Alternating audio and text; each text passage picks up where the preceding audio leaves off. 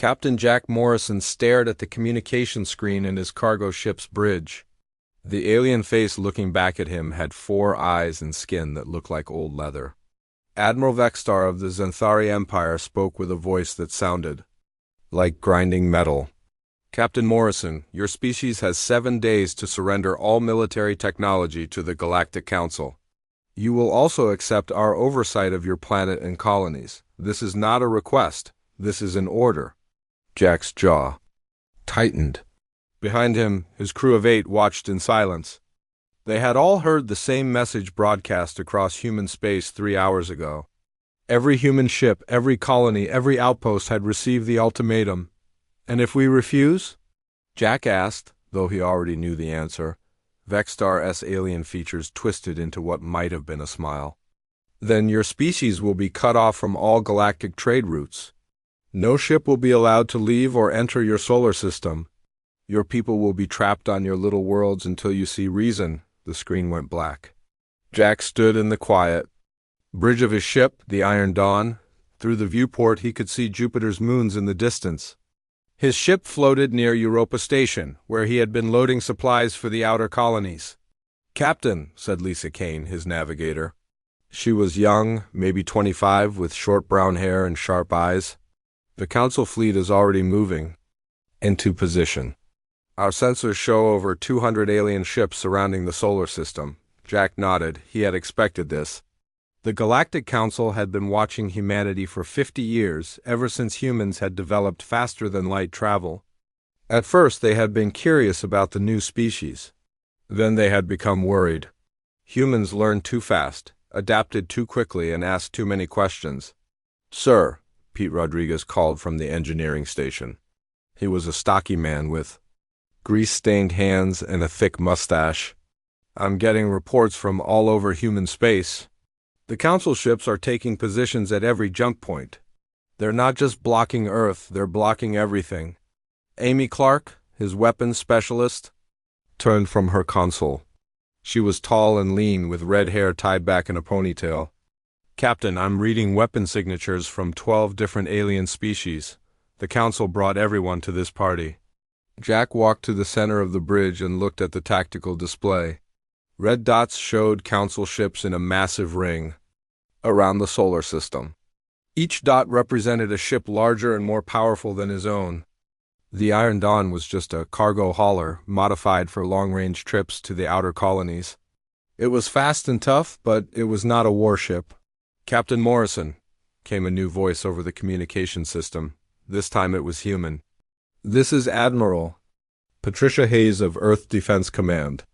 All civilian ships are ordered to return to Earth immediately. We are entering diplomatic talks with the Council." Jack's first officer, Carl Woods, looked at him with concern. Carl was an older man, maybe 50, with gray hair and tired eyes. "Jack, maybe we should head back. Let the politicians handle this." "No," Jack said quietly. "The politicians will surrender. They'll hand over everything the Council wants, and humanity will become another tame species in their empire." Lisa turned her chair to face him. "Captain, what choice do we have? There are over 200 Council ships out there. Earth's entire navy couldn't fight them all." Jack was about to answer when another signal came through. This one was weak, coming from the edge of the solar system. The face on the screen belonged to Captain Bill Harper of the colony ship New Horizon. "Any human ship receiving this message, please respond. We are carrying 50,000 colonists to New America. The Council fleet is blocking our path. They won't let us pass, and they won't let us turn back. We're stuck out here with limited supplies." Jack's hands clenched into fists. The New Horizon was a civilian ship carrying families to start a new life on a distant world. Men, women, and children who had done nothing wrong except be human. "Captain Harper," Jack responded immediately. "This is Captain Morrison of the Iron Dawn. What's your situation?" Harper's face showed relief at hearing another human voice. "Captain Morrison, we've been trying to reach the jump point for 6 hours. Every time we get close, Council ships move to block us. They're using us as leverage against Earth. How long can you hold out?" "Maybe 2 weeks if we ration everything. But Captain, we have 300 pregnant women on board and over 8,000 children. We can't stay out here much longer. Jack looked around his bridge. His crew was watching him, waiting for his decision. Earth's government would try to negotiate. They would probably agree to the Council's demands to save the New Horizon. Humanity would trade their freedom for the lives of 50,000 people. Captain Morrison, came Admiral Hayes' voice again. All ships are ordered to return to Earth. Do not engage the Council fleet. Repeat, do not engage. Jack reached over and turned off the communication system. In the sudden quiet, he could hear the hum of the ship's engines and the soft beeping of the navigation computer. Captain, Carl said carefully, you're thinking about going after them, aren't you? Jack nodded. The Council thinks they can force us to surrender by threatening innocent people. They think humans are like every other species they've conquered. They're wrong. Sir, Amy said, we're one ship against 200. The math doesn't work. The math never works for humans, Jack replied. We've always been outnumbered. We've always been outgunned. But we're still here. Pete stood up from his engineering station. Captain, I can give you more speed and more power than this ship was designed for. But I can't make it invulnerable. I'm not asking you to, Jack said. I'm asking you to help me save 50,000 people. Lisa pulled up a star chart on her screen. Captain, even if we could get past the Council fleet, how do we get the New Horizon out? They're surrounded? Jack smiled for the first time since receiving the ultimatum. We don't fight the entire fleet. We just make a hole big enough for one colony ship to escape through. And how do we do that? Carl asked. We use the one thing the Council doesn't understand about humans, Jack said. We don't know when to. Quip. Jack activated the ship's internal communication system. All hands, this is the captain. In 1 hour, we're going to break through the Council blockade and rescue the New Horizon. Anyone who wants to leave can take a shuttle to Europa. Station, no questions asked. He waited, but no one moved. His crew of 8 had been with him for 3 years, hauling cargo to the frontier colonies. They had faced pirates, asteroid storms, and engine failures together. They trusted him. Sir, said Danny Miller, the youngest crew member at only 19. My sister is on the New Horizon. She's having a baby next month, Jack nodded. Then we better make sure she gets the chance to have it in a free human colony, he turned to Pete. How long do you need to modify the engines? Give me 45 minutes, Captain. I'll make this old girl fly like she's never flown before. Lisa, I need a course through the blockade. Find me the path with the fewest Council ships. Already working on it, sir. Jack looked out at the stars. Somewhere out there, 50,000. Humans were waiting for rescue. Earth's government would negotiate, but Jack knew the Council would never honor any agreement.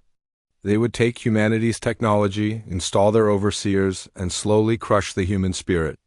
Not today, Jack said quietly. Not on my watch.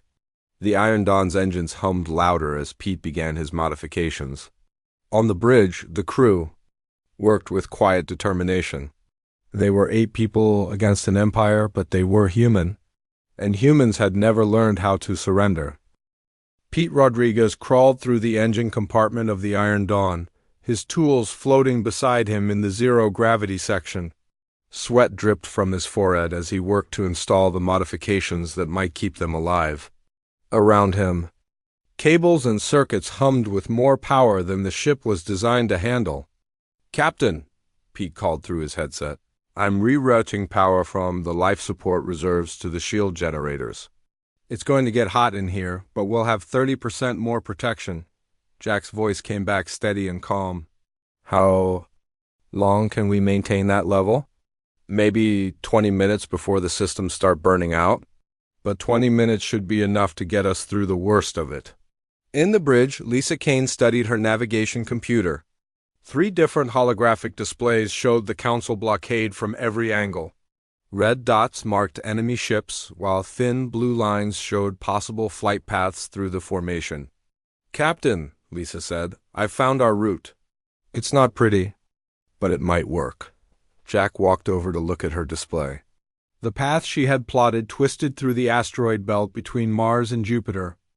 It would take them through the densest part of the debris field, where the larger council ships couldn't follow. The big alien ships will have trouble with the asteroids, Lisa explained. Their hulls are designed for open space combat. But we've been flying through asteroid fields for years. The Iron Dawn can handle it. Amy Clark looked up from her weapons console. Captain, I've been studying the Council fleet formations. They're using standard military tactics, just like the textbooks. Say.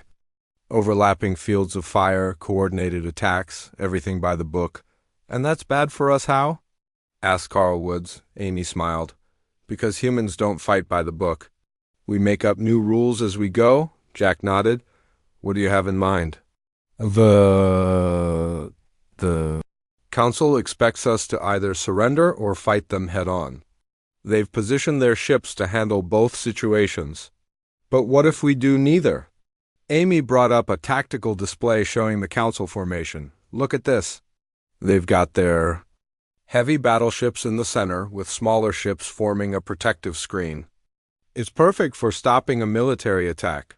But we're not a military ship, Jack said, understanding. Exactly, we're a cargo hauler. We can do things their warships can't.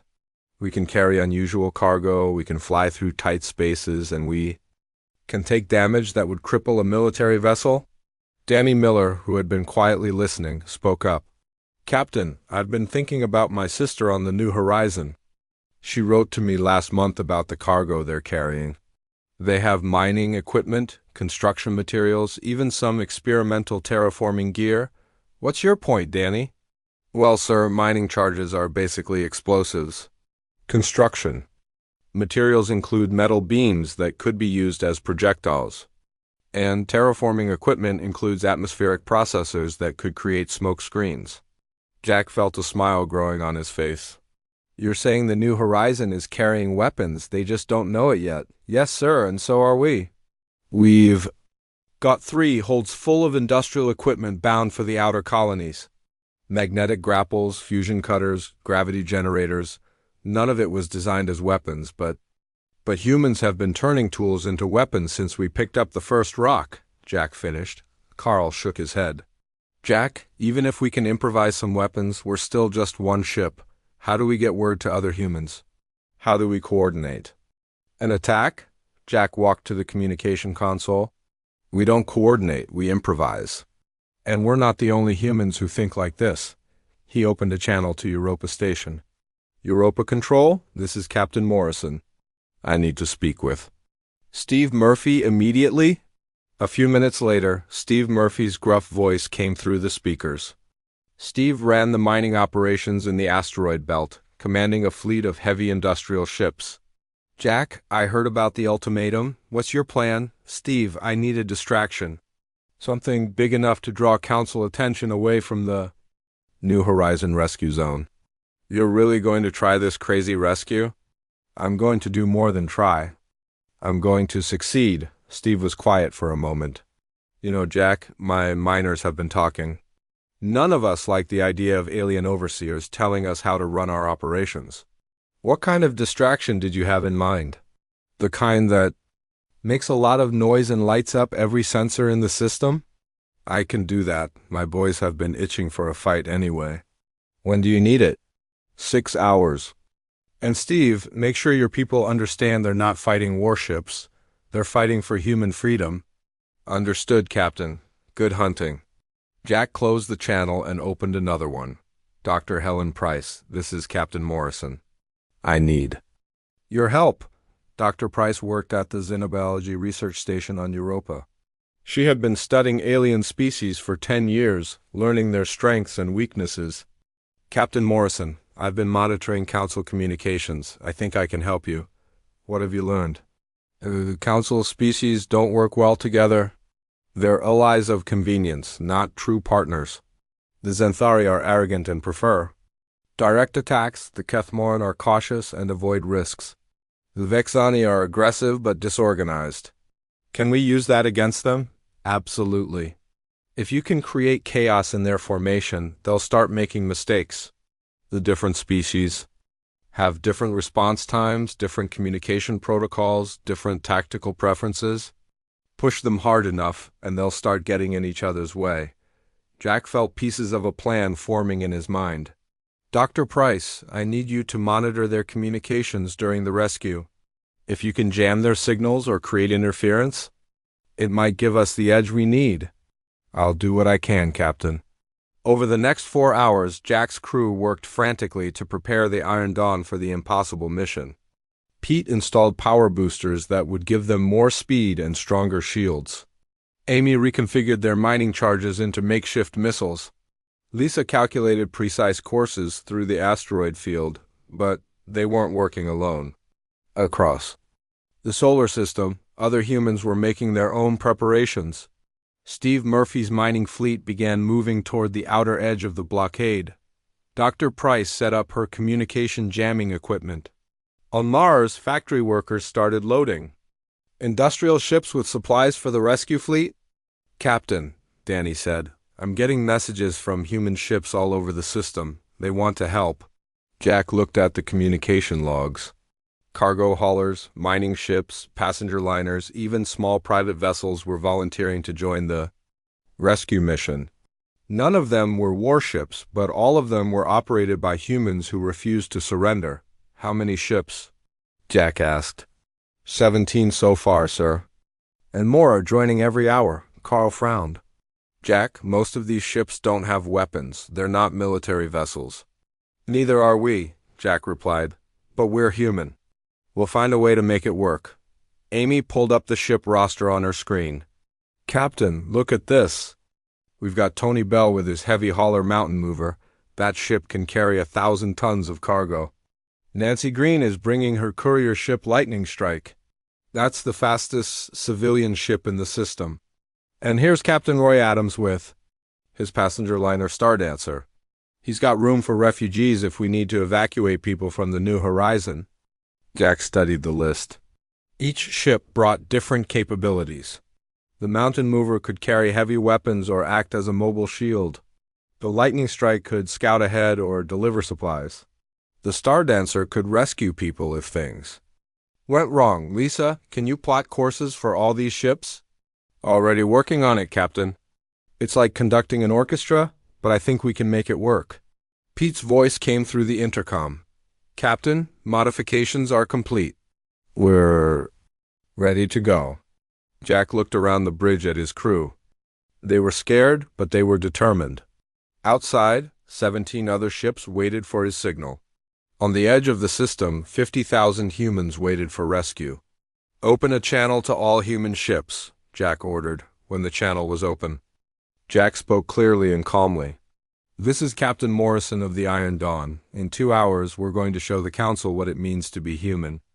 We're going to rescue our people, and we're going to do it our way. He paused, looking out at the stars. The Council thinks they can break us with superior numbers and better weapons. They're wrong. We're not just fighting for the New Horizon. We're fighting for every human who refuses to kneel. Jack's voice grew stronger. We are not a species that surrenders. We are not a species that accepts defeat. We are human, and we find a way. All ships prepare for departure. The Iron Dawn's engines hummed with new power as Pete's modifications came online. Around them, 17 other ships began moving toward the Council blockade. They were outnumbered, outgunned and facing impossible odds, but they were human. And humans had never learned when to quit. The Iron Dawn moved through space toward the Council blockade, followed by 18 other human ships. Jack Morrison stood on his bridge, watching the tactical display as red dots representing alien vessels grew larger on the screen. Each dot was a ship more powerful than his entire fleet combined. Captain, Lisa Kane said from her navigation station, we're approaching the outer edge of the blockade. Council ships are moving to intercept us, Jack nodded. Open a channel to all human ships? When the channel opened, Jack spoke calmly. This is Morrison. Remember, we're not trying to fight the entire fleet. We're creating a path to the New Horizon. Stay close, follow my lead, and trust each other. Admiral Vextar's voice crackled through the communication system. Captain Morrison, you will stop immediately and return to Earth. Your small force cannot succeed against the might of the Council. Jack smiled grimly. Admiral, you're about to learn something about humans. We don't know when to quit. The first, Council ships opened fire. Blue energy beams lanced through space toward the Iron Dawn. Jack's ship twisted and rolled, the modified engines giving it speed and agility that surprised the alien gunners. Shields holding at 80%, Amy Clark reported from her weapons station. The modifications are working, Captain. Behind the Iron Dawn, the other human ships spread out in a loose formation. They didn't fly like military vessels with precise spacing and coordinated movements. Instead, they moved like a flock of birds, each ship reacting to the others in ways that the Council computers couldn't predict. Captain Tony Bell's heavy hauler mountain mover took a direct hit from a Zenthari battleship. The massive cargo vessel shuddered but kept flying. Tony's voice came through the communication system, calm and determined. Iron Dawn, this is Mountain Mover. My hull can take more punishment than these alien ships expect. I'm going to draw their fire while you push deeper into the formation. The Mountain Mover accelerated toward the largest Council ship, its cargo bay doors opening to reveal mining charges reconfigured as missiles. The alien ship fired everything it had at the approaching hauler, but Tony's ship had been built to survive asteroid impacts. The energy beam scorched its hull but didn't stop it. Now that's how you deliver a package, Tony said as his improvised missiles struck the Council ship's shields. Captain Nancy Green's courier ship Lightning Strike darted between the alien vessels like a fish swimming through a net. Her ship was small and fast, designed to carry messages and small cargo across vast distances. Now it carried something else. Hope? Captain Morrison, Nancy's voice came through clearly. I'm laying down sensor mines at coordinates 7-7-Mark-4. When the Council ships hit them, they'll be blind for about 30 seconds. Jack watched as tiny objects dropped from the Lightning Strike's cargo bay. They looked like ordinary navigation beacons, but Pete Rodriguez had modified them to emit powerful electromagnetic pulses. When the alien ships passed through the field, their sensors would be overwhelmed. Good thinking, Nancy. All ships, prepare to take advantage of the sensor blackout. The Council formation began to shift as Admiral Vextar tried to adapt to the human tactics. The alien ships moved with military precision, each vessel taking its assigned position in the defensive grid. It was exactly what Jack had hoped for. Amy, are you seeing what I'm seeing? Jack asked. Amy studied her tactical display. Yes, sir, they're moving into their standard defensive formation. Textbook perfect, and completely predictable. Lisa, take us through Sector 4 Alpha. That's where their formation will be weakest. Lisa's fingers flew over her navigation controls. Course plotted, Captain. But we'll be flying directly through their heaviest concentration of ships. Sometimes the best way through a maze is straight down the middle. The Iron Dawn plunged deeper into the Council blockade. Around them, the battle spread out across thousands of kilometers of space.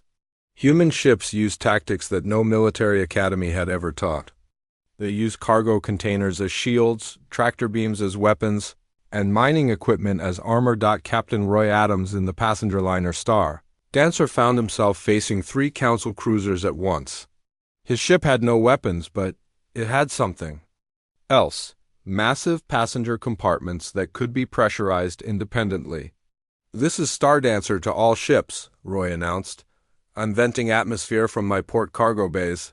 It's creating a cloud that's blocking their targeting sensors. Jack watched as the Star Dancer released jets of air and water vapor, creating an artificial nebula that confused the alien ship's instruments.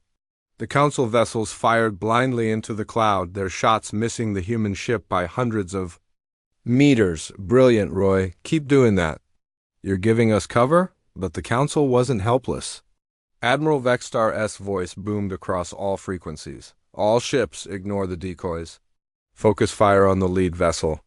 Destroy the Iron Dawn and the others will surrender. Suddenly, every alien ship in the immediate area turned toward Jack's ship. Energy beams from a dozen different weapon systems converged on the Iron Dawn's position. The ship's shields flared and sparked as they absorbed more damage than they were designed to handle. Shields down to 40%, Amy reported. Captain, we can't take much more of this. Jack's mind raced. The Council ships were acting exactly as he had expected, but they were also more dangerous than he had hoped. The Iron Dawn shuddered as another salvo of energy beams struck its hull. Pete, I need more power to the shields. I'm giving you everything. I've got, Captain, but the relays are starting to overload. That's when Steve Murphy's mining fleet arrived at the edge of the battle. 23 industrial ships, each one designed to break apart asteroids and extract valuable minerals. They weren't warships, but they were built to survive in the harshest environments in the solar system. Jack, this is Steve. Sorry we're late to the party. We brought some fireworks. The mining ships didn't attack the Council vessels directly. Instead, they began targeting the asteroids floating throughout the battle zone. Massive mining charges detonated against rocks the size of buildings, sending clouds of debris in all directions. Suddenly, the space around the battle was filled with high-speed fragments of stone and metal. The Council ships, with their smooth hulls and precise instruments, found themselves flying through a deadly obstacle course.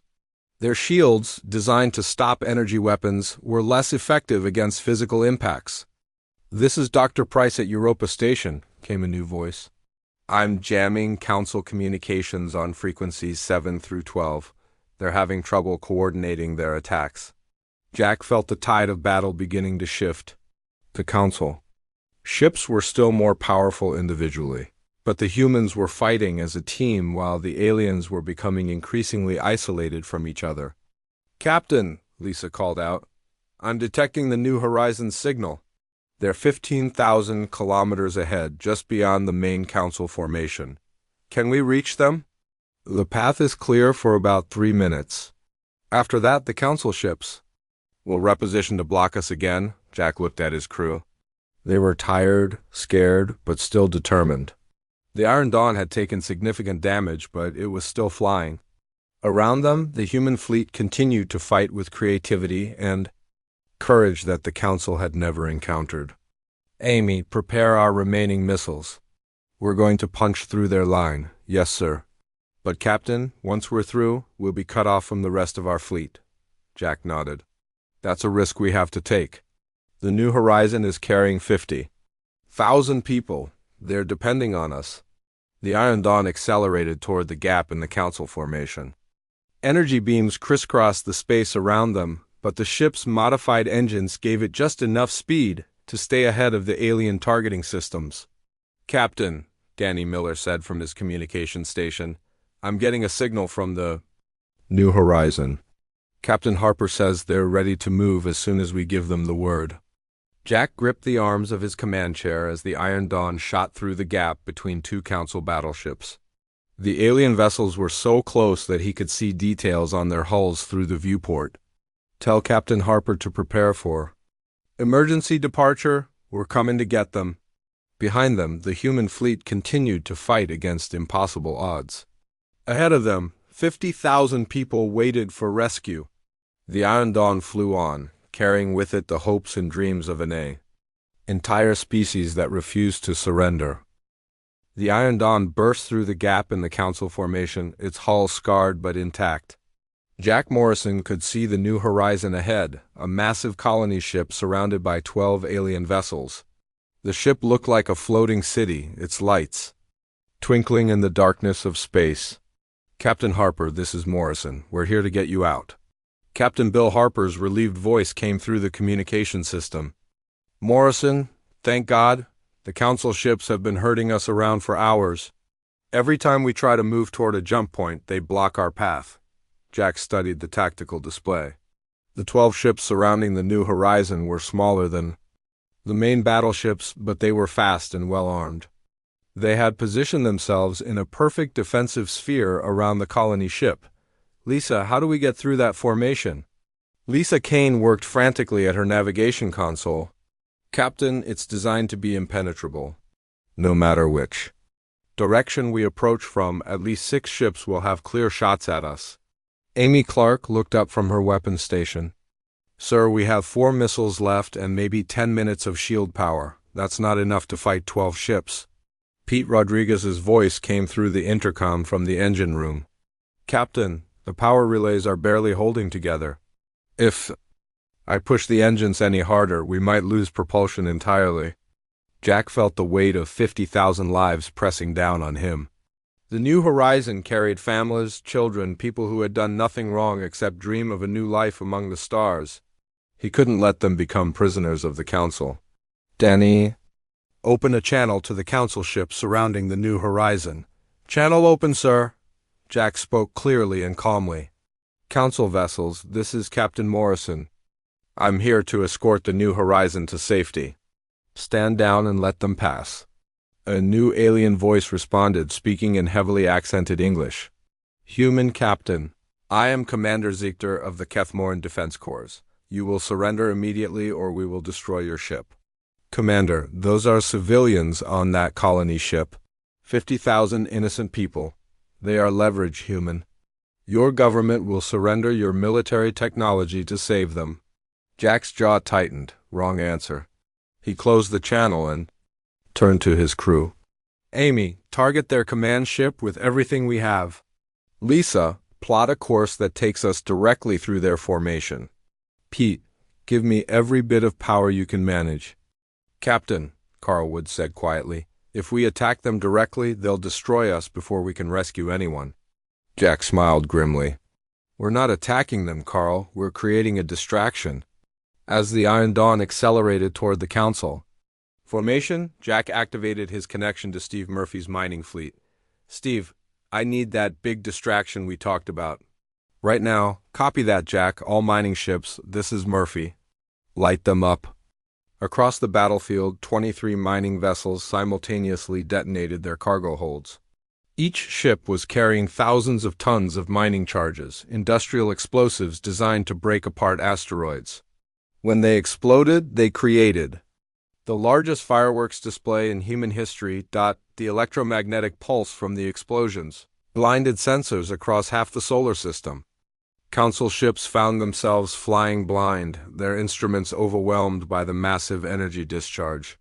In the chaos, their perfect formations began to break apart. Now, Jack said. The Iron Dawn plunged into the Council formation around the New Horizon.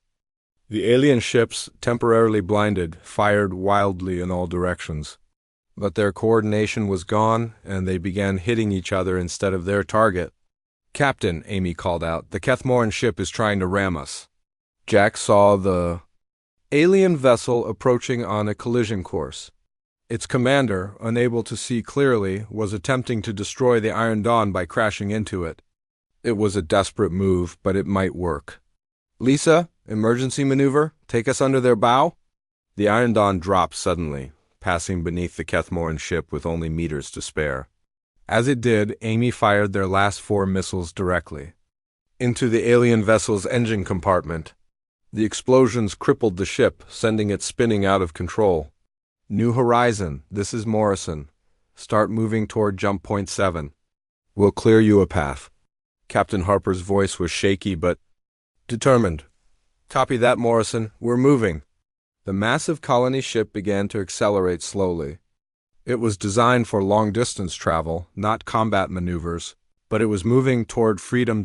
Jack watched as the remaining 11 Council ships regrouped around the New Horizon.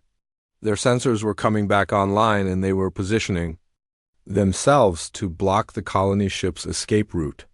Captain, Pete's voice came from the engine room. I'm reading massive system failures throughout the ship.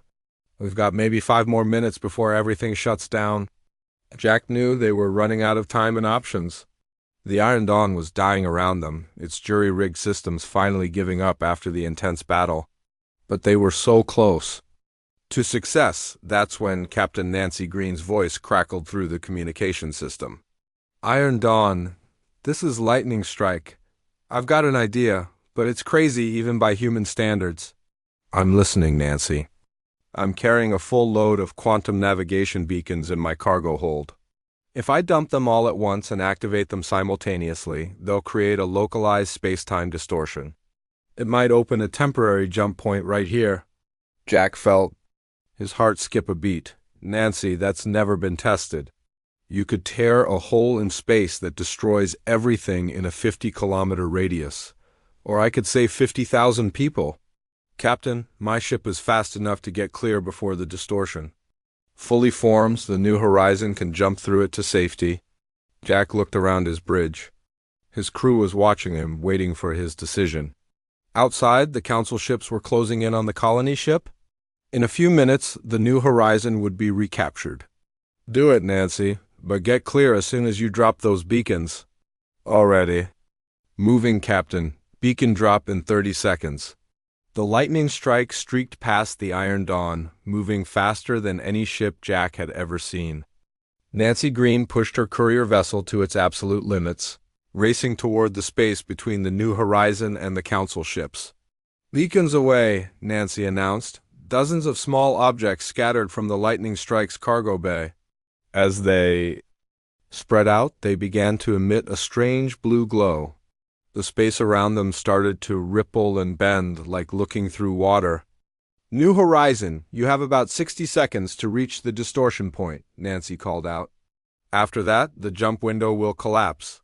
Captain Harper's massive colony ship changed course, heading directly for the growing space-time anomaly. The council ships fired everything they had at the New Horizon, but their energy beams were bent and scattered by the distortion field. Commander, Zeekter's voice screamed across all frequencies. Stop them! Do not let them escape! The remaining council ships converged on the New Horizon, but it was too late. The colony ship reached the edge of the distortion field and activated its jump drive. In a flash of light, 50,000 human colonists vanished into hyperspace. Bound for freedom among distant stars, the distortion field collapsed with a thunderclap that shook every ship in the area. The council vessels found themselves scattered and disorganized, their perfect formation destroyed by the chaotic effects of the improvised jump point. Nancy, report, Jack called out. Lightning strike here, Captain.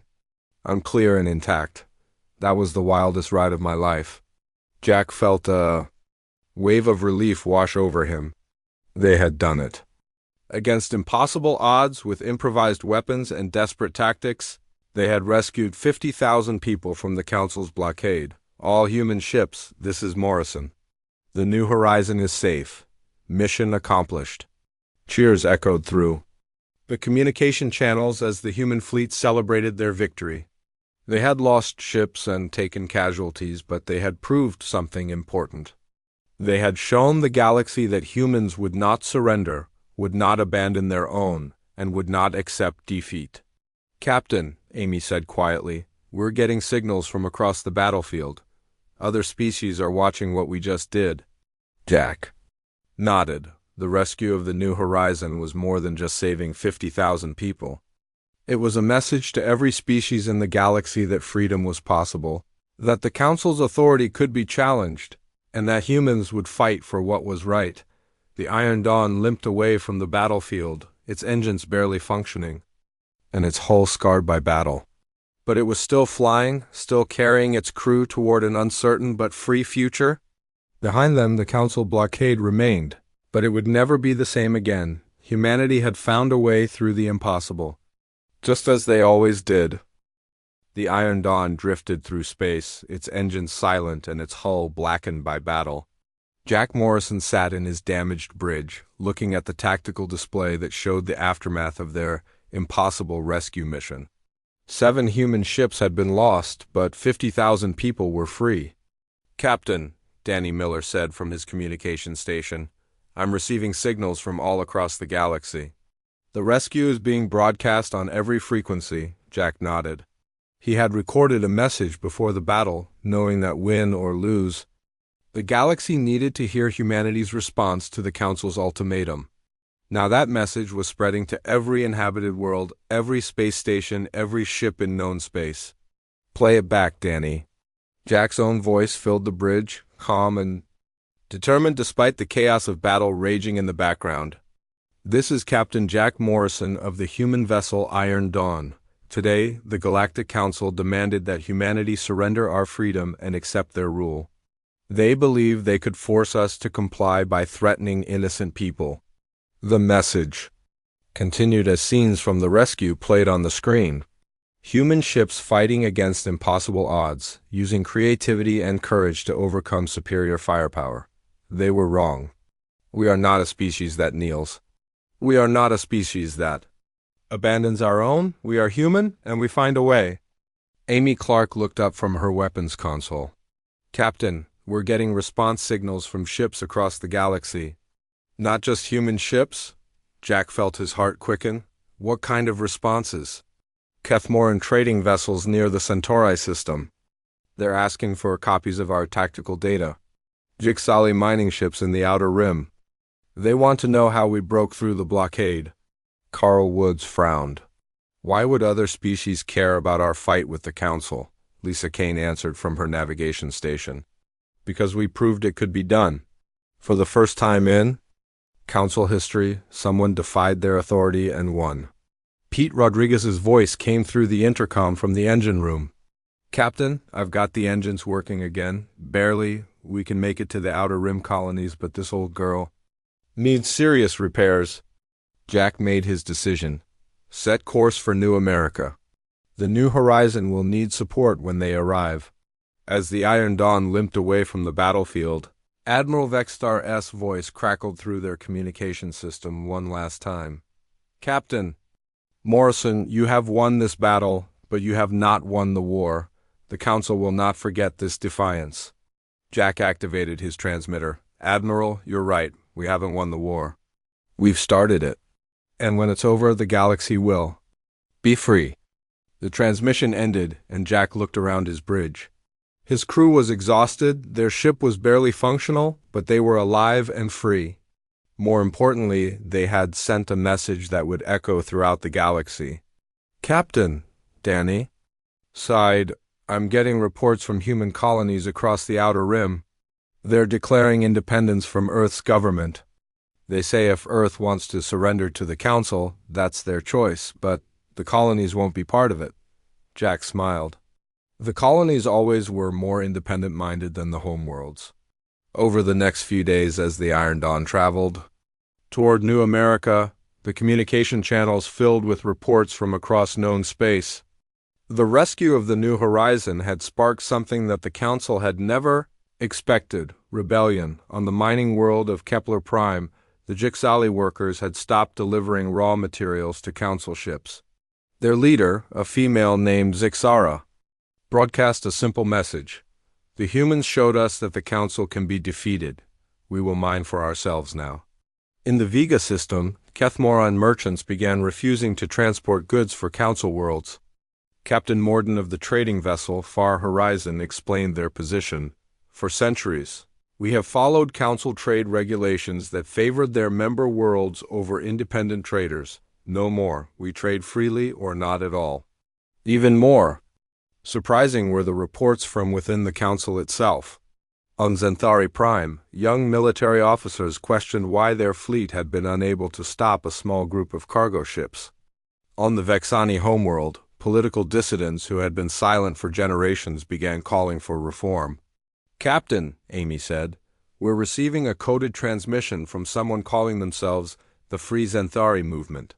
They want to establish contact with human resistance forces. Jack shook his head in amazement. 3 days ago, we were just trying to rescue one colony ship. Now we've started a galactic revolution. The Iron Dawn finally reached New America, a young colony world on the edge of known space. The New Horizon had arrived safely and was already unloading its 50,000 passengers. Captain Bill Harper met Jack at the spaceport, his face showing the strain of the past week. Morrison, I can't thank you enough. My ship was carrying 3 generations of families. Children who had never seen a planet, grandparents who were making one last journey to a new world. You saved them all. Jack clasped Harper's hand. We all saved them, Bill, every human who refused to accept defeat. As they spoke, other ships began arriving at New America. Not just human vessels, but alien ships as well.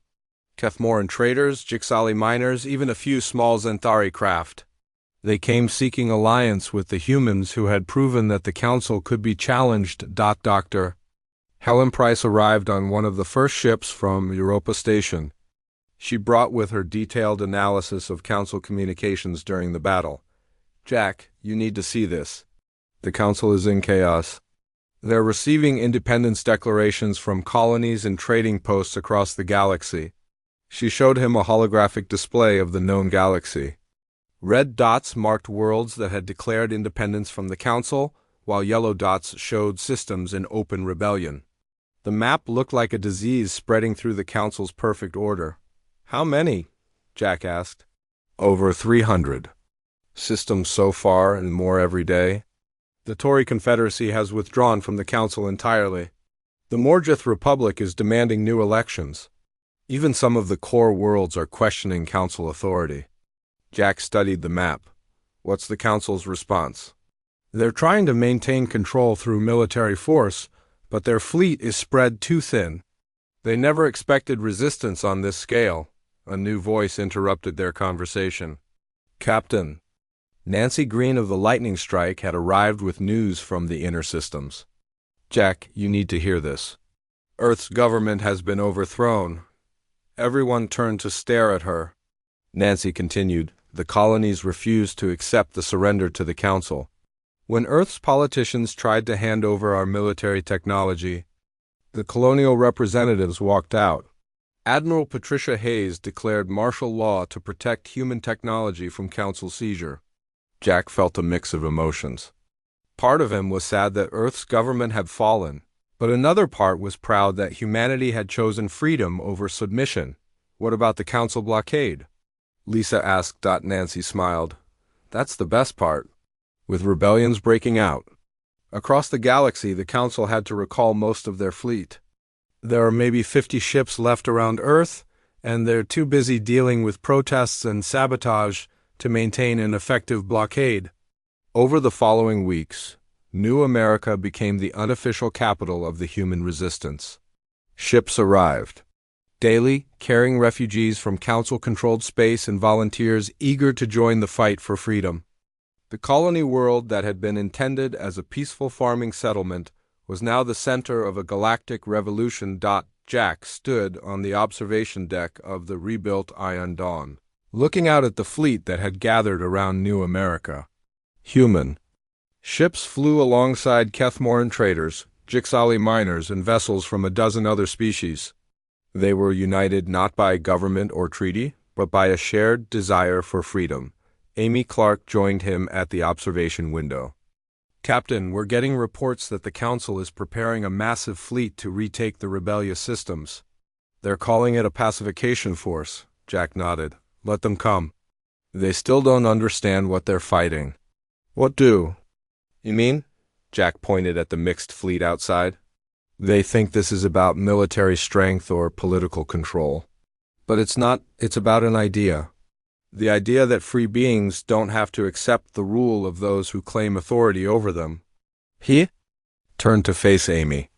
"You can destroy fleets, you can conquer worlds, you can even kill everyone who opposes you, but you can't kill an idea whose time has come." The Iron Dawn's communication system activated, carrying Jack's voice to every ship in the fleet and every rebel base across the galaxy. "This is Captain Morrison. Today we prove that the Council's authority is not absolute. Tomorrow we prove that freedom is not just a human concept. It belongs to every sentient being in the galaxy." He paused, looking out at the stars that now represented hope instead of distant dreams. "We are not fighting to replace the Council with another empire.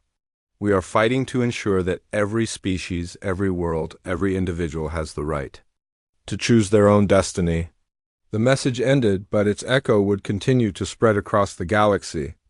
The rescue of 50,000 people had become something much larger, the beginning of a new age where freedom was not granted by authority, but claimed by courage. The Iron Dawn and her crew had found their way through the impossible, and in doing so they had shown the galaxy a new path forward,